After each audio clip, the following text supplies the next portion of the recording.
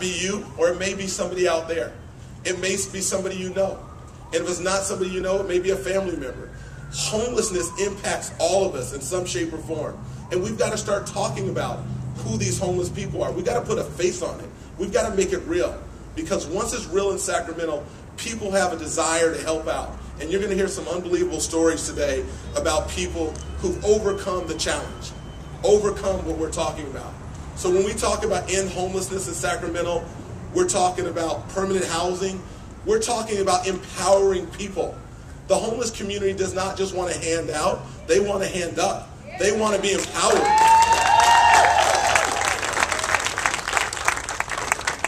So again, the first thing you can do is advocate. Number two, funding. We have to have sustainable funding. We don't just want to come up with a program that can't sustain itself. So we are going to work very hard on coming up with solutions that allow us to sustain our efforts both short and long term.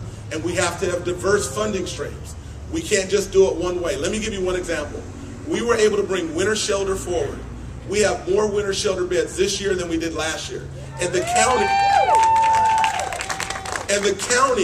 had to make significant cuts. They made 84% worth of cuts to the housing budget, to the homeless budget, and we found more beds because we have a five-way split. So this is what I mean by many diverse funding streams. We need federal dollars, we need state dollars, we need county dollars, we need city dollars, we need SHRA to contribute, we need corporate dollars, which is the private, we need philanthropic community, we need service providers, we need in-kind, we need everyone to be a part of that solution, just like we were able to do for the winter shelter. And then lastly, the third thing that we can all do is let's hold ourselves accountable. Let's not hide from the reality. Let's hold ourselves accountable. If there's a problem, let's face the brutal facts. And you know what? We're going to try some things and we won't do it as well. But that doesn't mean we should stop trying. And there's many things that we do that are going to work and we want to do even better. So let's make sure we hold ourselves accountable. The policy board has made a commitment that every year we're going to release an annual report and talk about the data and what we've been able to do from year to year. And let's measure our goals. Let's measure what we said we're going to do. If our goal is 2,400 permanent housing units in the next 3 years, then let's look at where we are at the end of year one. Let's look at a benchmark. If we're on track, great. If we're ahead of schedule, even better. And if we're behind, then we need to work even harder the next year. But we're not going to hide from accountability. And that's going to be the commitment of everyone that's a part of the Sacramento Step Forward movement today.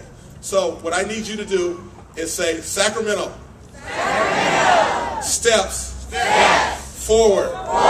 Sacramento, steps, forward.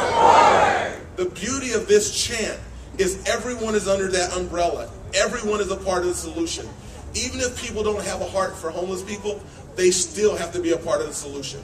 And we've got to build a case and we've got to educate people in the community of Sacramento. So thank you very much. Today is the first step where we're all going to step forward to be a model city. I am not interested in all of us doing these efforts to just do it halfway. We don't want a half step. Thank you, Tracy. We want to be a model city. And I tell you right now, I have talked to mayors in Denver and in Seattle and around the country, and they were ahead of us a few years ago. But you know what? There's a buzz going around about what we're doing in Sacramento. The mayor of Denver is coming to town in January, and we're going to be able to share with him what we are doing. The U.S. Conference of Mayors back in Washington, D.C., they're watching our efforts in Sacramento. So let's be a model city. Let's do it in such a way that it does not just serve the homeless population in our community, but there are lessons to be learned and best practices that other people can draw from our experiences and share around the country. That's our commitment today in terms of Sacramento Steps Forward. So give all of yourselves a round of applause.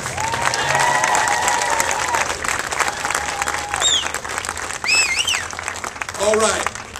So before I bring up our first speaker, I want to acknowledge another local celebrity in Sacramento. This particular person is someone I'm sure you all have heard of, and maybe raise your hand if you're a baseball fan. This gentleman right here is one of my mom is in front row going, I'm a baseball fan. You're supposed to be a basketball fan. Wrong sport. So this gentleman is from Sacramento. He went to high school in Sacramento. He went on and has continued to have an unbelievable professional baseball career. Sacramento is producing so many talented people. He's a member of the Chicago Cubs. Let's give Derek Lee a round of applause.